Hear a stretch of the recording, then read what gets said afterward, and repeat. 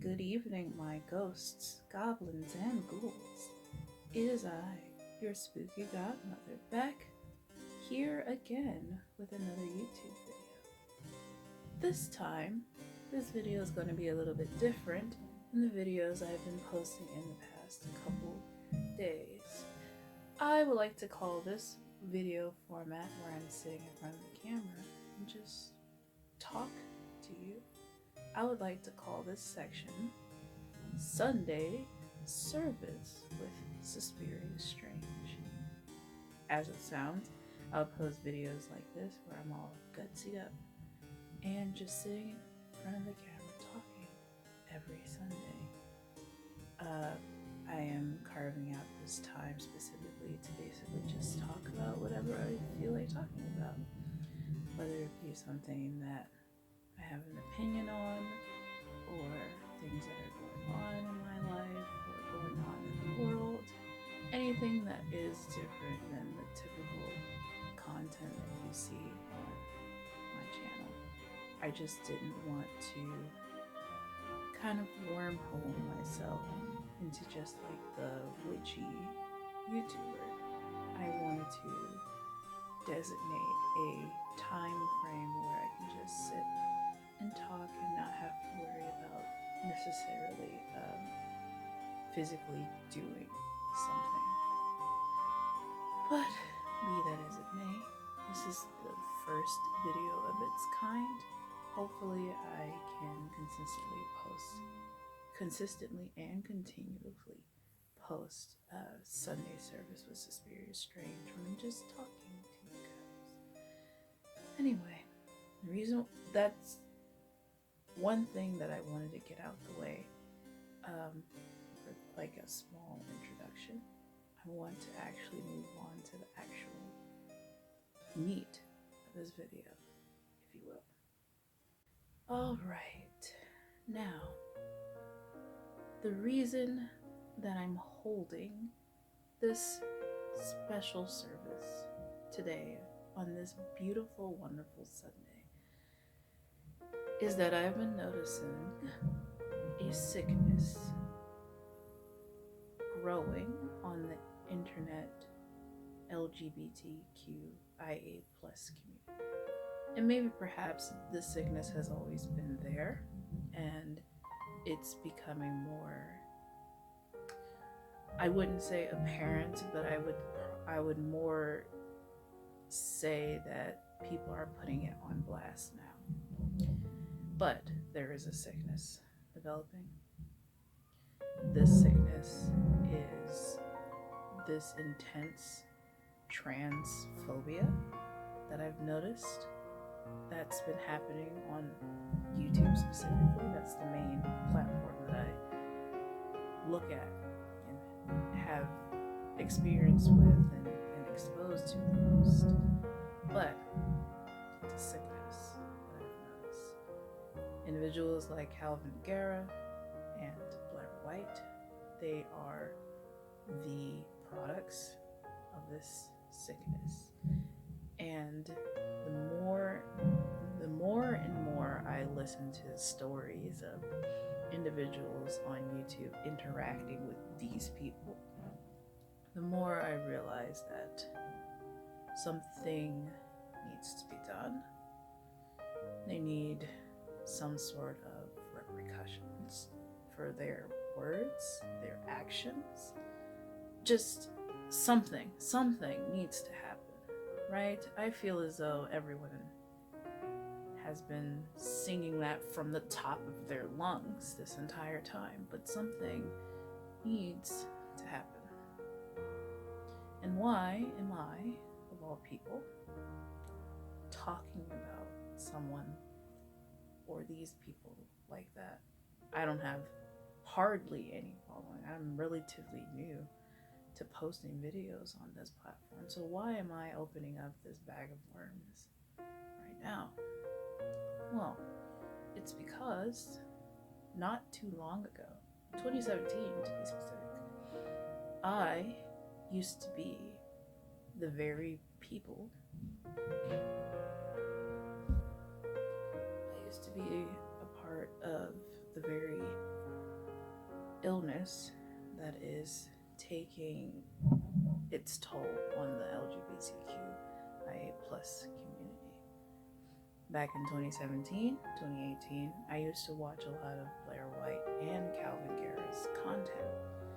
And I used to absorb a lot of that content because I simply, for the lack of better words, didn't know any better. This was the only exposure really I had to transgender people. I mean, I've had exposure in high school, but it just never registered, I suppose, until then and then until now. And I listened to a lot of what they were saying, and I used to spew a lot of rhetoric that they always said, spout, whatever. And it was to the point where I believed a lot of what they were saying and took it as fact because they themselves are transgender people. So who am I to question what they're saying when they themselves are a part of that very community? I thought what they were saying held some type of water.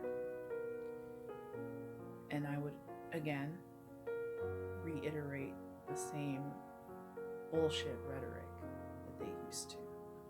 Well, and still do. Repeat. Now, what made me change is after watching them and after spewing just disgusting rhetoric, I found other YouTubers who were trans or allies of the trans community, and not in the way that Calvin Garrett and Blair White is. Like, for example, Natalie Wynn, or best known as ContraPoints. I started watching her content, admiring how beautiful she was, how articulate she was, how aesthetic her videos were, and just listening to her points, listen to what she talked about transgenders and the validity of that label and whatnot, and Riley Grace Rochon. And even though Vosh isn't a transgender YouTuber, he is an ally, and he gave me a lot more information, basically going against the rhetoric that was fed to me. So listening to those people, doing a bit more research, educating myself, I realized what I was saying was completely and utterly wrong. But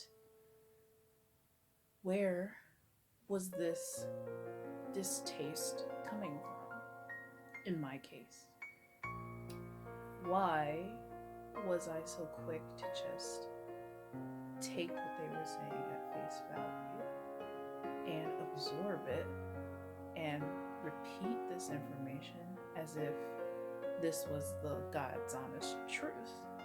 What caused me to do that? And then I realized something about myself. And I think I've always realized it about myself. It's just, it took a while to get there, obviously. What I'm saying, without all rambling, is that you are valid, okay? Despite what individuals like Calvin Garrett and Blair White say, you are valid. All because you do not match what they say transgender people should be, what trans is, what it means, whatever, and so on and so forth, does not mean that your experiences are are invalid. Does not mean you calling yourself trans or being diagnosed as trans or whatever doesn't mean that that is invalid. For the longest amount of time, I would not acknowledge non-binary people and the people who fall under that umbrella term, like gender fluid, gender non-conforming individuals. I would not acknowledge them. I didn't think it was an actual thing. I was listening to Calvin Garrow, Blair White, and others for so long that I just didn't believe that was just, they were just a thing. I didn't think it was a real gender, if that made any sense. I used to be on the boat where I believed there were only two genders. But of course now that I'm making this video, hopefully I'm making this obvious that I don't believe that anymore. Because I realized that the two gender or the binary does not even apply to me. And let's sit with that for a second. Me, a person who is so transphobic for a good year, an year and a half even, turns out to be the very thing that I quote unquote despised or didn't understand or didn't even think existed. How did I get to this point? How did I figure this out? Well, to put it simply, I think for the longest amount of time I felt this way about myself. I mainly identify as being gender fluid. I teeter-totter between feeling feminine, I wouldn't even necessarily say female, and feeling masculine. Some instances I feel really feminine, like right now. All of this, for me, feels extremely feminine. But it took me to really digest this little thought nugget. Okay, I'm dressed this way. I look this way. I appear overtly feminine. But how I figured out I was gender fluid was that I felt as though this appearance is just a costume. This is drag to me. To me, this is me in drag. And this is what I like to call it. I like to call this and me getting gutsied up in this particular way, I call it being in drag. Because even though it is a part of me, I created this character. I'm creating this persona. It's not me. I know I can take this off and put it back on. And so what I'm trying to say with all the rambling is that I felt that way about femininity as a whole. Not just the makeup, not just the dresses, but femininity as a whole. I felt femininity, yes, is a part of me. I created the character, but it isn't me. It just isn't.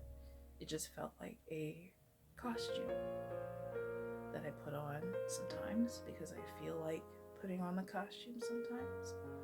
But I know when I go home, I can take it off, take a shower, and then go back to being what I was prior.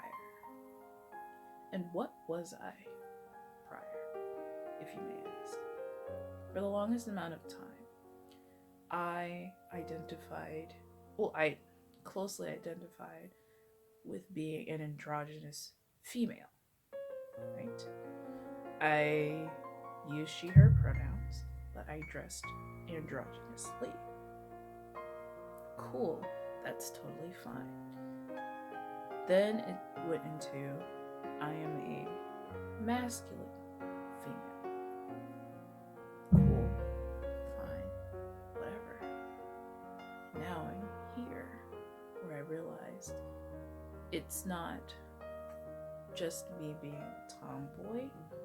It's not just me being like a masculine lesbian, you know? It was something much more than that. Because there are instances where I genuinely feel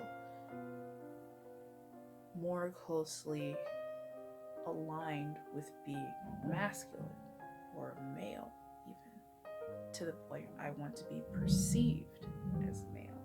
I want to use male spaces like the bathroom or something.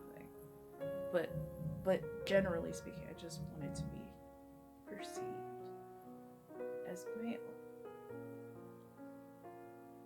And then I thought about how I felt about being female and overall femininity. I don't mind it, but it's not where I'm most comfortable, if that makes any sense. So maybe if I put it into a different perspective, me being referred to by she, her pronouns is like, I don't completely despise it, but I don't really like it either. I don't like being perceived as only female. The only times where I am more inclined to like being perceived as female is when I'm dressed up like this, where I overtly make myself extremely feminine. Then female feels right to me in that instance. But when I'm out of all of this, when I don't look like this, I don't associate. A lot of me doesn't really associate with being female. I associate more with being just simply either male or androgynous or neutral. Well, not neutral, but neither. If that makes any sense. So, to sum up this entire thing is that I am gender fluid. And all because I appear this way. All because I have no real giant issues. I take that back. I do have dysphoria about my body.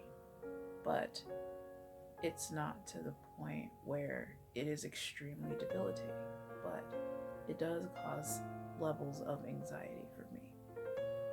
Like, for example, my chest. Right now, me being dressed up as the way that I am, this is fine. I know that this is all temporary, so it doesn't give me anxiety.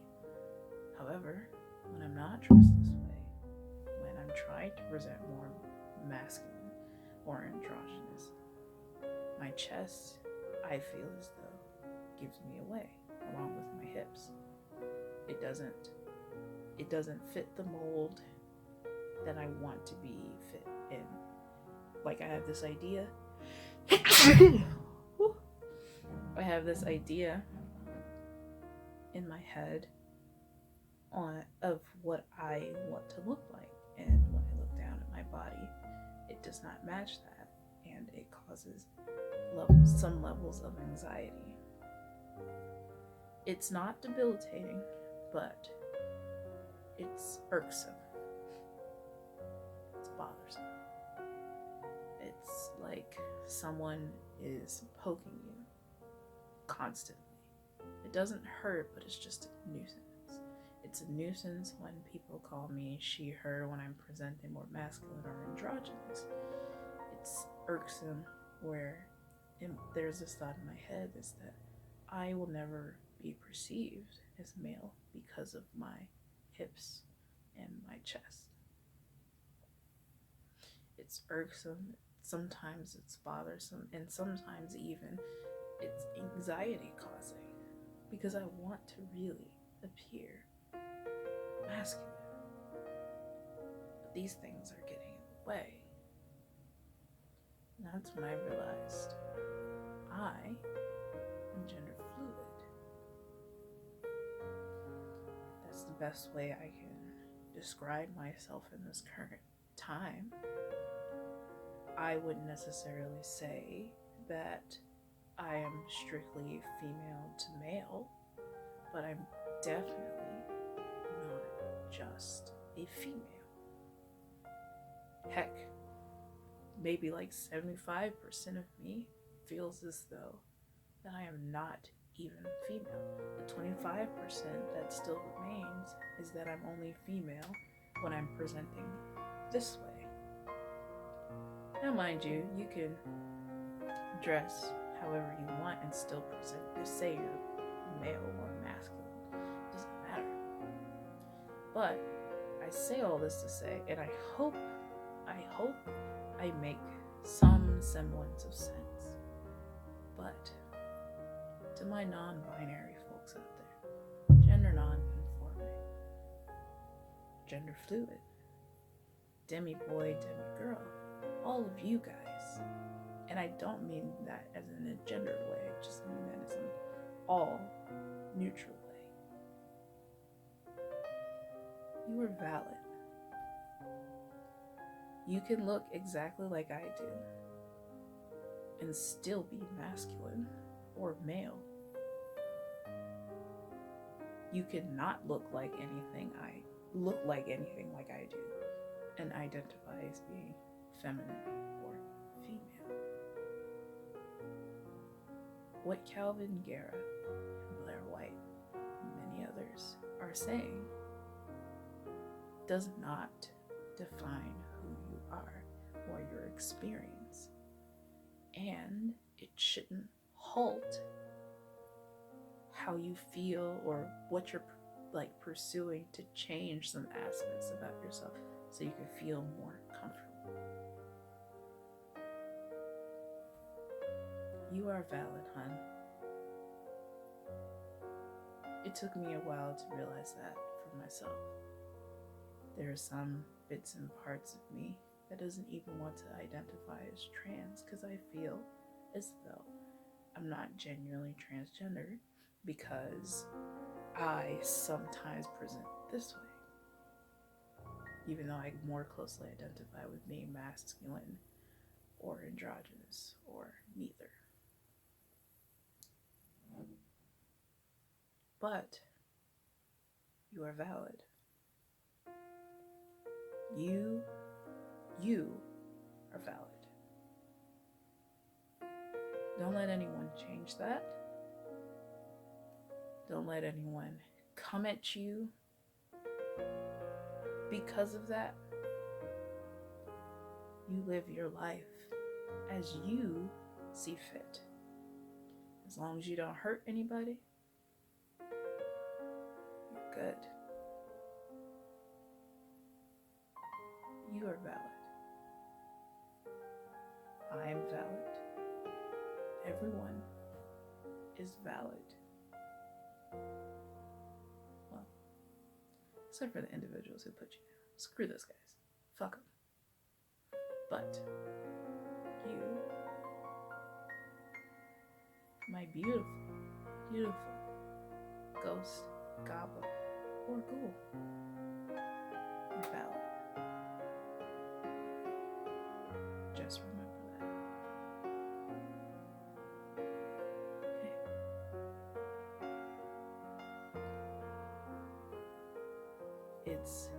I know it's hard right now to really realize that. And not everyone realizes that right away. I did. you'll get there soon. Everything will be fine. Just remember that you are a person with feelings and emotions, thoughts, drives, ambitions. Don't let anyone tell you what to do with you.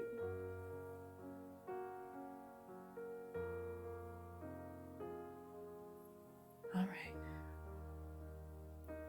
This has been Service with Suspiria Strange. I hope everyone out there take care of themselves. Have a nice rest of your day, evening, whatever. And like, comment, subscribe, I guess.